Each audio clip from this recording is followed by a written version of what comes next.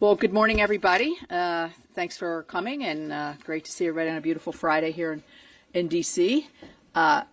Before we start talking about the topic at hand, I think it's important to point out that today is the beginning of Women's March Madness, and we're going to have some really good women's basketball. And so my passion for sports will be my West Virginia Mountaineers are kicking off tomorrow in Morgantown. Actually, I think the girls kick off tomorrow. Kick off in Morgantown, and we're really excited. The whole state, they're going to pack the stadium for the West Virginia Mountaineer women's football team. Women's basketball team, sorry. So, with so much emphasis on the Save America Act that we've been talking about and the leadership of Senator Schmidt and Senator Blackburn, we wanted to talk about an issue that we've talked about a few times, but I think is still very important. It's about fairness again. And this is about a part of the bill, a part of one of the amendments that really would prohibit biological males from competing in women's sports. To me, this is simply an issue of fairness. It's very simple. It's not an easy concept. Many of our women, and we know what women's athletics does for women as they grow into adulthood, leadership skills, learn how to win or lose, learn how to have focus, but they want to have a chance to win, and they want to have a chance to compete fairly. And we've seen across the nation where this has been an issue, either swimming teams, track and field, volleyball teams, you name it, where the unfairness of having biological males competing against women has set up unfair situations, made our women uncomfortable in the locker room, on the playing fields, and at their colleges and universities and high schools. So we are going to be voting on the Tuberville amendment, the Tuberville bill, which will be the amendment tomorrow. And I overwhelmingly support Senator Tuberville's bill, but also these guys here that are here with me today who feel just as passionately about me, about the fairness of having women's sport be for women and be for women athletes. So I'm going to turn it over to Marcia. All right. Thank you so much. And yes, indeed, we have passed 50 years of Title IX. And as we have done that, we have seen participation in women's sports increase to the point that before Title IX was put in place, we had less than about 300,000 women in high school and college that were competitive in sports. Now that number is over 3 million. This is a good thing. And as Senator Capito said, what you have is an opportunity for women to compete, to excel, to get scholarships, to learn how to be a part of a team, and to learn how to lead a team. A very important skill that they develop as they go through high school and college and move into their careers. Now, most women are not going to play pro sports, but they really benefit from the opportunity to compete and be a part of a team and excel and get that scholarship, pay for their education as they're in high school and college. All good things. Now, the Democrats have decided they would like to really rip apart Title IX. The reason they want to do this is because they would choose to erase the women's category in sports. So as we began March Madness, think about this, because it would remove that opportunity for women. And I will tell you this, in Tennessee right now, today, there are girls on spring break that are out there bouncing that basketball in the driveway at their house, dreaming of being a Lady Vol and playing for the Vols, dreaming of playing for Vanderbilt, because they see these female athletes. They watch how they train. They get into supporting them and cheering for them, and they also want to be able to know that experience.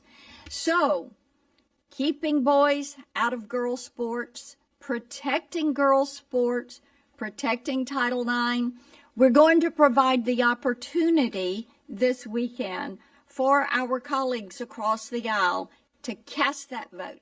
Are they going to support women, or are they going to tear it down and demolish the opportunity for females in sports? We also are going to provide them the opportunity to weigh in on gender mutilation. This is something many states have outlawed, the gender mutilation of minors, and prohibiting these transgender surgeries against minors. So they'll have the opportunity to weigh in on that. As we know, many countries have banned this. We know many states have already disallowed this. Many medical facilities have disallowed this with minors. And we will provide that opportunity for them to stand with and support children, or to push for that to continue. So I'm going to turn it over to Senator Schmidt. Thank you, Senator Blackburn, Senator Capito, for your leadership on this.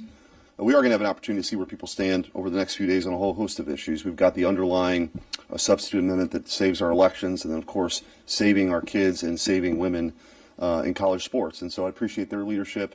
And I just think so many times in Washington we get caught up in kind of this day-to-day minutia of things. And when you're at home and you talk to like real people outside the Beltway, this is the kind of stuff that they can't believe we actually have to debate up here. They can't believe that we would allow men to compete in women's sports. They can't believe that people like Peyton McNabb, a female volleyball player, has permanent whiplash, had a brain bleed, and a concussion because a man pretending to be a woman spiked the ball and hit her in the face. Like, this is the stuff that drives people nuts. And this is what the Democrats are willing to defend. They're willing to say to women, you don't get to keep your own locker rooms. You don't have your own privacy. You don't have your own space to compete on a fair and a level playing field. They're willing to say that 2,000 awards have been taken away, or women have been pushed aside for men to stand at the top of that podium as opposed to women. Sports have played a very important role in my life, and from a kid into college, and it does for women too. It teaches you a lot of important life skills, how to show up on time, the work that you put in, the preparation, the process, competition, sportsmanship, all those kinds of things that translate into people being leaders. And Republicans are saying, we support that for women. Democrats are saying, no, actually, we're going to sacrifice all of that to the altar of wokeness. All right. Any questions?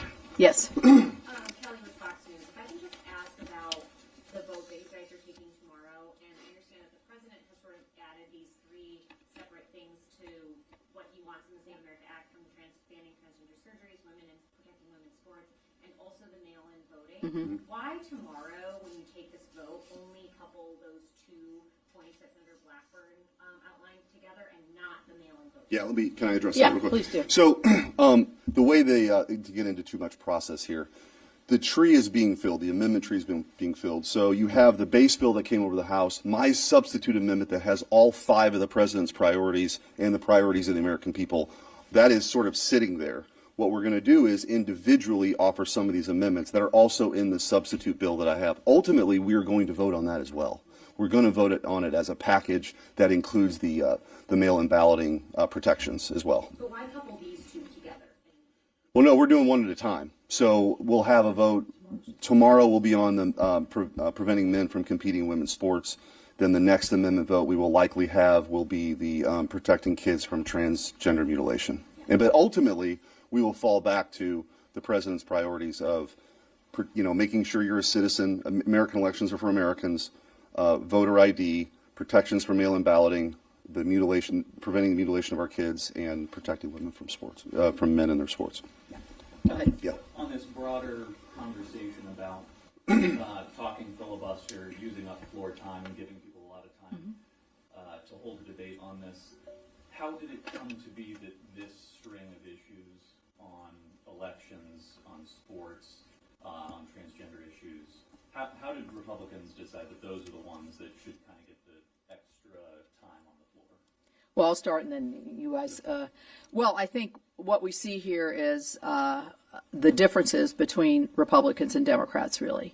And it's not just in terms of elections. It's in terms of, as we're talking about today, biological males and women's sports, gender mutilation, mail-in balloting. These are issues that are important to the American people. They're issues that we've tried to work on in the past, but they're extremely important to President Trump. And I think you saw it come over. When it came over, it just had the two provisions of citizenship and voter ID. And so, yesterday, I think yesterday was quite an interesting day because our colleague, Senator Husted from Ohio, offered a unanimous consent on the heels of Senator Schumer saying voter ID seemed sort of, I don't know exact words, but seemed to be more accepting of voter ID. So Senator Husted from Ohio says, okay, let's vote on that separately. And we couldn't even they knocked that down. So I think what we're seeing here is the stark differences between not just our philosophies, but our belief systems in several things. And we've coupled these together. And I don't know if anybody wants to add anything on that. I would just say that the reason they're tied together is when President Trump gave his second inaugural address and this historic comeback that a lot of people dismissed, that the opposing party tried to throw him in jail for the rest of his life. And the American people sent President Trump back here, and he talked about a return of common sense. This is a common sense package. You really, 80-20, 90-10 issues, even Democrats support this. In fact, if the ghost of Chuck Schumer in the 90s could whisper into his ear and tell him to vote for this, we would welcome that, because Chuck Schumer was all for voter ID just a few years ago. What has changed? What's changed is that Democrats have completely lost their way. They've lost touch with the concerns of real Americans, and I think this package draws that distinction. Yeah. Some of your Republican colleagues even have expressed concern that this bill becomes effective immediately upon enactment and that the primaries are already underway. Have you been assured by election administrators that they would have enough time to implement the changes required in this bill and that voters would have enough time to acquire proper documentation for the next election? Yeah, I mean, these are common sense protections. Honestly, and this isn't... These issues are not, they didn't used to be partisan. In fact, the Carter-Baker Commission of 20 years ago, which was a bipartisan, it was Jimmy Carter and James Baker, sat down and said, what can we do to protect the integrity of our elections? They came up with a list of 10 suggestions. And what they came to the conclusion is that in-person voting is the most secure.